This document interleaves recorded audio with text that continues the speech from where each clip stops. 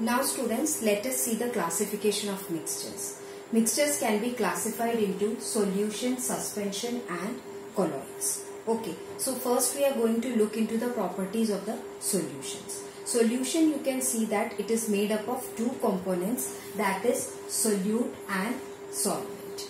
Okay, always the solute is present in less amount and solvent is present in more amount.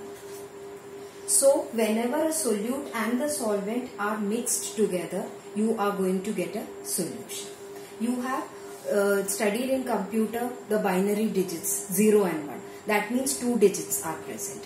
Here also inside the solution, if solute and solvent is present, that is only two components are present, we call it as a binary solution. Depending upon the number of components present, solution can be called as binary, ternary, quaternary, etc. Okay, that you will be learning in higher classes. Now, some examples I have taken here, that is mentioned in your book also. You can see that sugar solution. Sugar solution, it is a mixture of sugar and water. In this, sugar is present in less amount. So that is why we are calling this as a solute, and water is present in more amount. So we will be calling it as water. Tincture of iodine is another example. This usually we use as a medicine. That is when you get hurt and all, whatever iodine you are putting that on your wounds, that is called as tincture of iodine. In this you find that inside the alcohol, iodine is dissolved. That means that this is a solvent and this is a solute. Aerated drinks, that is you have that Coca-Cola, Pepsi, etc. In that, carbon dioxide is dissolved inside the water. Since the amount of carbon dioxide is less inside the water, we call it as a solute. Now lastly, you have the example of brass. Brass is an alloy. Whenever a solution comes in our mind, children, you might be thinking that solution means it is a mixture of a solid and a liquid. But it is not like that. Solution is a mixture of solid and solid also, liquid and liquid also, and gas also. Okay, when we will be studying about the colloids, I will explain it in detail. Now just look at this example, that is brass. Brass, you can see it is a mixture of zinc and a mixture of copper. Okay, both are metals. That means solid and solid mixed together, that is forming the alloys. In this, since the percentage of zinc is less and the percentage of copper is more, we can call it as alloy. Okay, so this you find the percentage of zinc is less, so this is the solute. Percentage of carbon dioxide is less, this is solute.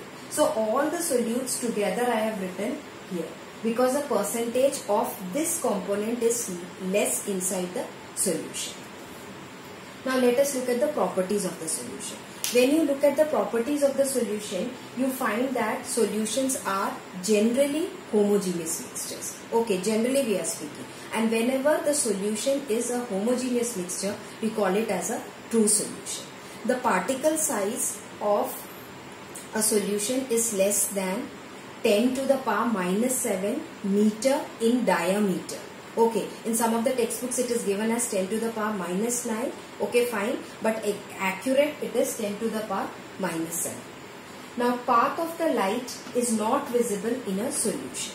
That means that if you are taking a solution in a glass, okay, and you put a torchlight on the solution, you can find that the path of the light is not visible. If a substance is not able to scatter a beam of light, we call that it will not show Tyndall effect. For example, just look at this screen. You can see that you have got a solution and a colloid here. If I am passing a torchlight on this solution, what happens is that this solution, since the particle size is very less, the particles are not clearly visible here. But in case of colloids, the particles are visible. So what happens, the light can strike on these particles and it can get reflected here and there, and then it will be shown on the other side. But in case of a solution, the particle size is so small that in between the solution only the rays get trapped and they are not seen on the other side. Now just I'll explain it to you. That is, in case of solutions, if you are taking, the particle size is so small and the particles are very close to each other.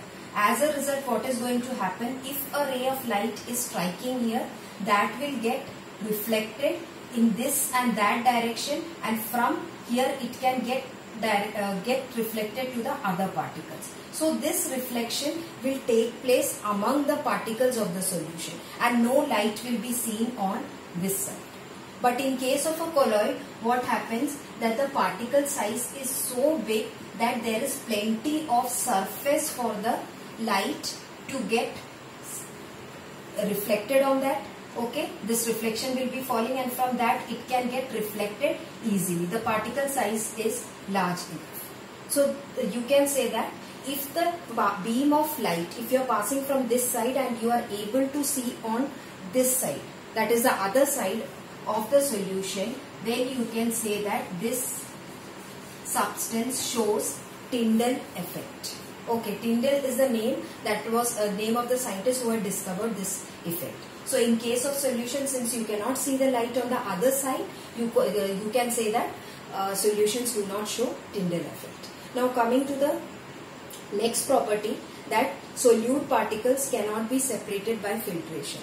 That means that if you are separating the solute particles, okay, that is sugar solution, if you take, do you think that you can use a sieve to separate that? No, we cannot use a filter paper, we cannot use a sieve, you cannot use a muslin cloth, that is a cotton type of cloth, you cannot use. So solution cannot be separated into solute and solvent using filtration.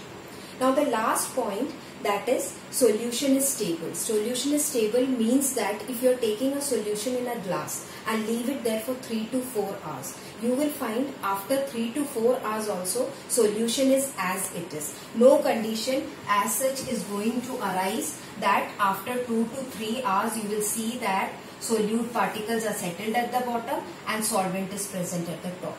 This is not going to happen inside a solution. That is why we call that solutions are stable. Okay children, now next class we will be continuing with the next part, that is suspension.